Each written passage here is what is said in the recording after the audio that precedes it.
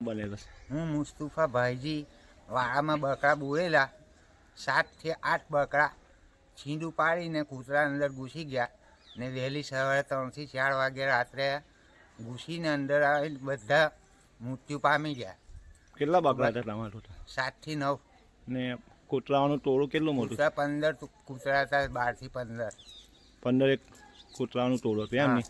અને તમારા 7 બકરાઓને મારી ખાધા એવું નહીં? સારી ખાધા બધા? ખાધા.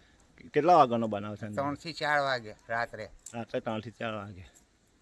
સવારે આ એક વાત સાંભળી કે ભાઈ મુસ્તુફા ભાઈજી જે કાવી ગામના જ છે અને હું પણ કાવી ગામના જ ઇસ્માઇલ પટેલ બોલું. હવે આ લોકોને મતલબ કે જીવન નિર્વાહ આની ઉપર જ છે અને આ લોકોને 3 થી 4ના ગાળાની અંદર આ વસ્તુ બનેલી છે. 15 એક કૂતરાઓનું ટોળું છે. આવા ઘણી જગ્યાએ બનાવો બનેલા છે.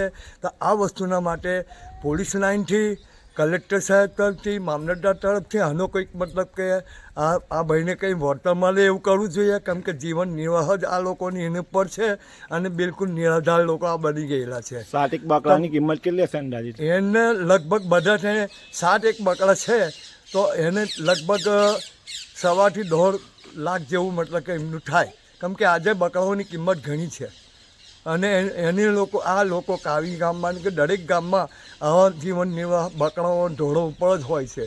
આગળ પર બનાવ બનેલો ક્યાં બનેલો? હવે અમારી ખડકીમાં ખુદ મુસા મીરસાબ નઠ્ઠન પઠાણ એમના પર 4 એક બકરા આવી રીતે મોડી રાતના જ મતલબ કે આ લોકો આ જે કૂતરાઓ છે એમને મતલબ કે રોજ જ આ રીતના એક આતંક જ ફેલાય છે.